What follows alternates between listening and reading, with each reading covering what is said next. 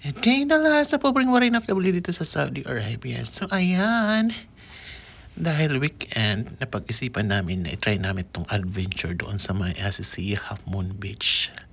Nagsimula sa joke-joke lang at nangyari na nga, ayan, nakabook ako ng flight schedule. So, supposedly, it's Friday ang flight at midnight ng Friday, minessage ako na hindi tuloy kasi nga malakas ang hangin, delikado daw. So, nireschedule ng Saturday.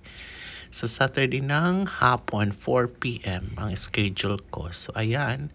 So, inanday ko si GR from work at dumiretso na kami doon sa place kung saan ako lilipad. At ayan, naglakad-lakad na kami dyan, papunta doon sa helipad.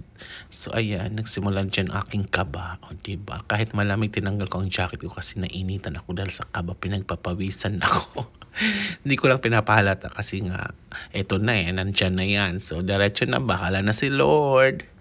So, ayan. So, while walking, may nakita na kami nauna sa aking lumipad. So, tinignan ko lang yan kung okay naman. Smooth sailing naman. In fairness, safe naman. So, ayan. So, diba, ang layo ng nilakad namin kasi hindi kami makapasok doon. So, pagdating namin doon, maraming nakapark na at maraming pala naka-schedule na lilipad that time. So, ayun, minisage na nga ako kung asan na kami. Sabi ko, on the way na, coming soon. So, ayan. So, nagre-ready na ako dyan sa aking mga accessories kasi baka mahulog sa taas. So, diba, marami nang naka-schedule dyan. So, may kababa lang. So, ayun, inaayos ang kanyang tawag dyan. Parachute ba yan? Hindi ko alam. Tawag dyan. So, dyan ininantay na nga ako ng mga coordinator doon. Yung nag-monitor sa akin kung asan na ako. Kasi nga natay ko pa si GR galing work. So, ayan, yan aking sasakyan na motorbike. Motorbike? So, yan, diba? So, picture-picture muna para matanggal ang kaba. So, tinatay kay try ko lang para nga matanggal ang ating kaba. Dinaandaan ko lang sa pictorial para nga may ano tayo, souvenir. Kasi bihira itong mangyari. So, ayan. Ang ganda naman yung chinik namin. Okay naman. Ang mga accessories niya, yung mga parts, okay naman. Medyo nawala ng kaba ko dyan. Kasi safe naman lahat ng mga lumipad na nauna sa akin. So, ayan. Marami dyan nakapila pa sa akin. And, ayan na. So, may mga vlogger din doon na nag-i-interview ng mga lilipad. So, ayan. Ako din. Nag-video din ako para sa aking vlog. So, ayan, diba? Tinuturo ko pa ang mga accessories dyan kung ano isusuot sa ulo. Ayan. So, ayan na nga, nilapitan ng aking pilot. So, ayan. Kung ready na daw ba ako at ready to fly na. So, ayan. At medyo nadili nga kami ng ilang minuto pa kasi nga medyo lumakas ang hangin. So, in-stop muna. So, ayan. Yan aking pilot, si Ahmad. So, ayan. Nire-ready na ang aking motor na sasakyan. Diba? So, siya nag-start naman aking kaba pero sabi ko, kaya na yan. Gora na. So, yan ang isang piloto sa isang motor. No? Lilipad din. Sabay kami lilipad. So, ayan yung pasahero din niya. Dalawa kaming sabay lilipad. So, ayan, inaayos na kanyang mga gear. At ako din, tinuruan na kung paano sasakay. So, ayan, diba? Kinakabahan na talaga ako dyan. So, ayan. Sakay na tayo. Ayan. Tinuro sa akin kung paano sumakay dyan. O, sabi ko, perfect. O, diba? Dahil fast learner tayo, safe tayo nakaupo. Ganun daw dapat ang tamang upo at pagsakay. So, ayan. Nilalagyan na ako ng mga safety gear dyan para safe tayo sa taas. Kahit nga windy siya, mag-turbulence, scary balls lang tayo mahuhulog kasi nakatali tayo. So, ayan, di ba? Kinakabahan na ako dyan, in fairness, pero kaya yan. Di ba? While sinusunod ako ng mga safety gear, seat belt, yung yung sa noise eclavu. Ayan, di ba? Tinilang ko lang sa tawa-tawa, biniro ko ang aking pilot para i-fly ako ng safe. So, ayan. Start na tayo ng ating paglipad. Oh, by the way, ang lipad ay 10 to 15 minutes daw. So, scary lang. Hindi man matagal. So, ayan. Nilagyan ako ng noise eclavu. Ayan, di ba? Sign na. Ready to go. And, ayan. Inayos na ang aming pakpak. So, di ba? O, sasakay ng aking piloto para simulan na ang adventure sa taas. So, siya din may safety gear din siya. Para lang siya nagmumotor nga lang dun sa limpapawid.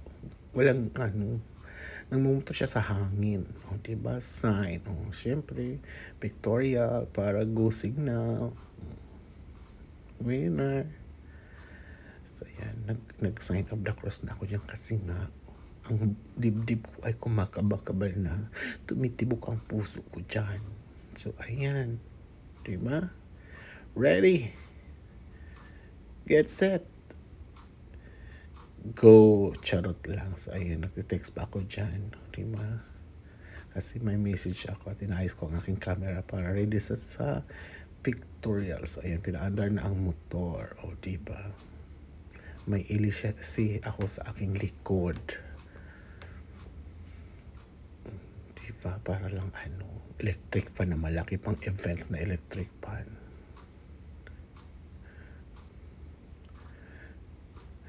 Tay, palapit lalo akong kinakabahan. Sabi niya, aking pilot, ready? Sabi ko, ready. Go for the gold. Charot lang. So, ayan. Let's go there. Let's explore the Himpapawid. Ayan. Pag inaayos niya, kinakabahan ako. Pag inaayos na, kinakabahan ako dyan. Diba? Selfie muna. 0.5 para kita lahat. O, diba? Sign na ng go kasi sabay daw kaming lilipad.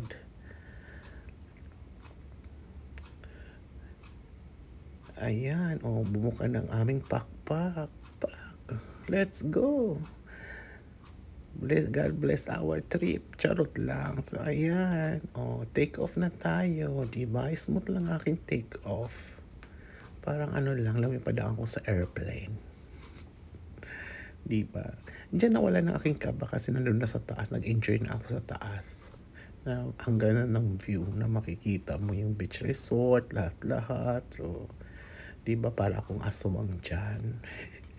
Nadadaan sa buwan. Pero araw yan. Diba? Araw yan. Sabi niya, may manananggal. Charot lang. So, yan. Lipad-lipad na tayo dyan for 10 to 15 minutes. Medyo mahangin sa taas at wala akong sa mata kaya luha ako ng luha doon. So, patuloy pa rin tayo sa ating pag-explore sa kataas-taas ang Himpapawid ng Kubar, Asisiya Half Moon. So ayan, marami pala kaming lumipad, mga 4 kami doon nasa taas at naglalaro-laro kami doon sa taas. And ayan, palanding na tayo guys. After ng 10 minutes to 15 minutes, ayan, palanding na tayo. And super smooth naman ang ating lano, diba? Kumaway-kaway pa ako dyan, parang arrival ng Miss Universe. So, diba? Thank you Lord for the safe flight. Diba? Ganun lang. Hindi nakakatakot in fairness. Dahil smooth ang lipad, smooth din ang bagsak. Ang bagsak talaga, ang landing. So, ayan. Sulit ang binayad ko na 200 reals. 200 reals ang bayad sa paglipad na yan. At kailangan mo mag-pre-booking. Kasi nga depende sa wind. So, ayan, nagpasalamat ako dyan sa aking piloto na safe kaming naglakbay sa taas. Diba? So, ayan. Bucket list check. Happy naman ako at nag-enjoy ako dun sa Himpapawid, sa paglipad-lipad. Diba? Best experience for 2025. Diba? Salubungin natin ang bagong taon na siya, adventurous. Diba? So, ayan, ang tatlo na sa taas palanding na din. So, nauna kami. Siyempre, follow the leader. So, palanding na din sila. Tatlo. Sunod-sunod yan silang bababa. Kasi hindi pwede magsabay-sabay. Bakit magkasalubong aming mga parachute. So, may nag-guide naman sa baba. Diba? Yan ang isa. kalalanding lang. So ayan, balikan natin ating paglipad sa taas. Kuha ito ng sarili kong camera sa taas. So habang nasa taas ako ay nagvi-video. Pakita ko ang view doon sa taas. Diba? At kung gaano ko nag-enjoy. Super iyak nga lang ako doon kasi sa luha. Kasi sa hangin. Wala akong kasing goggle. Kalimutan ko magdala ng sunglass or pantakip sa mata. Diba, na-enjoy ko ang lamig ng hangin sa taas. So yan ang makikita pag nandun ka sa taas. Disyerto, daan, dagat. 3 D. Disyerto, daan, dagat. Diba? Enjoy. Parang ako nagmotor sa Impapawid. Diba? Oh, very smooth lang. Hindi maalog. Para ka lang namamasyal doon sa taas. Diba? Yun nga lang, syempre may takot pa rin baka bumagsak, mabutas yung ano. So diba, yun ang dagat. Diba? Hindi ako makatingin sa baba kasi medyo natatakot catch. So ayan, iyak pa more dahil sa luha. Ayan, nagluluha ang aking mata dahil nga sa hangin. Ayan ang aking parachute. O diba? Super safe naman. At super hawak ko ng cellphone ko dyan kasi baka mahulog. Sabi ng akong piloto, hold your mobile tightly kasi nga baka daw mahulog. And by the way, sa baba pala may mga magbababay dyan. So kaway-kaway din kami. So yan ang main road, diba? So disyerto, daan, dagat. Yan ang makikita pag nasa taas ka. So diba? Ang saya ng aking experience na hindi mapapalitan. So, diba, may babaonin akong memories sa Saudi Arabia na super ganda. At na-experience kong lumipad. Sulit na sulit ang aking weekend that time. Diba?